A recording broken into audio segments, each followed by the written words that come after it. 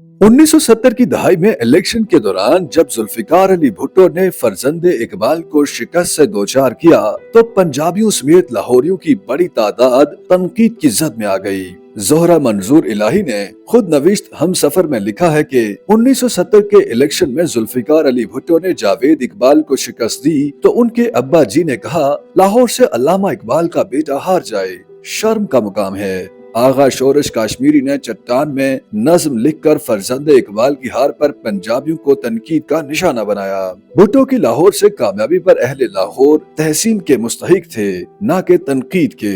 उन्होंने सियासत को इलाकाई और लिसानी तासुब की ऐनक से देखने के बजाय शऊर की आंख से देखा था। भुट्टो को लाहौर से कामयाबी पर बड़ा नाज था। जावेद इकबाल ने ये बात रेडियो पर भुट्टो की जुबानी सुनी, लेकिन अखबारात में तकरीर रिपोर्ट हुई तो उसमें फरजंदे इकबाल वाला फिक्रा गायब था। कौंसिल मुस्लिम लीग के उम्मीदवार डॉक्टर जावेद इकबाल के सबसे बड़े सपोर्टर आगा शोरश काश्मीरी थे, जो उनके जलसों का एहतमाम भी करते थे।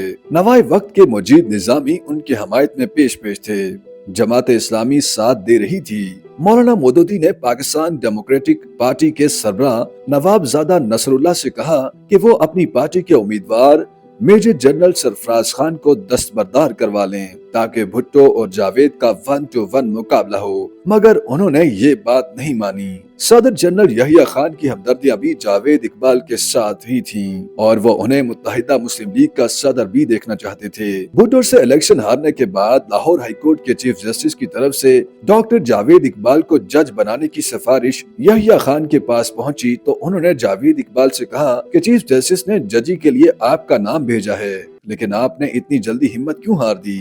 मैं तो गुज़श्ता इलेक्शनों को कालअदम करार देने के बारे में सोच रहा हूँ और अज़ नो इलेक्शन कराने का इरादा है, जिसके रूल्स के तहत उस सियासी जमात को कामयाब करार दिया जाएगा जो अपने विंग के अलावा पाकिस्तान के दूसरे विंग से 1/2 वोट हासिल करे। जावेद इकबाल ने अर्ज की, सर मैं इस नतीजे पर पहुंचा हूं कि मुझ में मुल्की सियासत में हिस्सा लेने की सलाहियत नहीं है। जावेद इकबाल को अल्लामा इकबाल का सपूत होने का फायदा हासिल था। उनकी इस शनाख्त को इंतखाबी जलसों में उजागर किया जाता। जावेद इकबाल पाकिस्तान बनाने वाली पार्टी का उम्मीदवार होने के दावेदार थे।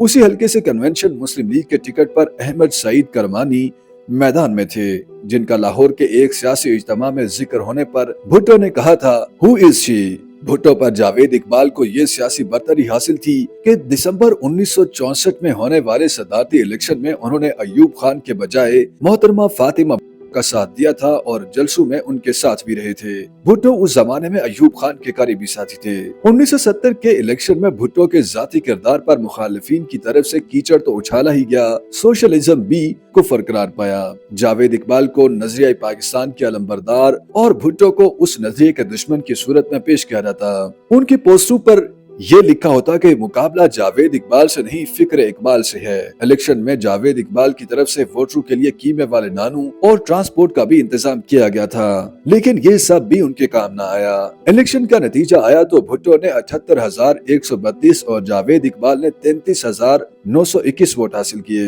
इलेक्शन हारने के बाद जावेद इकबाल का सियासत से जी भर गया। उनकी अगली मंजिल लाहौर हाई कोर्ट का जज बनना थी। उन्हें जज की हैसियत से 1972 में भुट्टो ने ही कंफर्म किया। सन 1977 में लाहौर हाई कोर्ट के चीफ जस्टिस मौलवी मुश्ताक ने भुट्टो के खिलाफ केस में जावेद इकबाल को बेंच का हिस्सा बनाना चाहा तो उन्होंने इस पर इनकार कर दिया कि वो मुलजिम के मुकाबले में इलेक्शन लड़ चुके हैं। यूं वो लाहौर हाई कोर्ट के उसी बदनाम जमाना बेंच का हिस्सा बनने से बच गए जिसने भुट्टो को फांसी की सजा सुनाई थी। YouTube पर गूगली न्यूज देखने के लिए youtube.com की सर्च बार में गूगली न्यूज टीवी टाइप करें। गूगली न्यूज के पेज पर सुर्ख रंग के सब्सक्रिप्शन वाले बटन पर क्लिक करना ना भूलिए। YouTube पेज पर अपलोड होने वाली वीडियोस से बाखबर रहने के लिए बेल आइकन पर क्लिक कीजिए। आपको हर नई वीडियो के बारे में नोटिफिकेशन मौसूल हो जाएगा।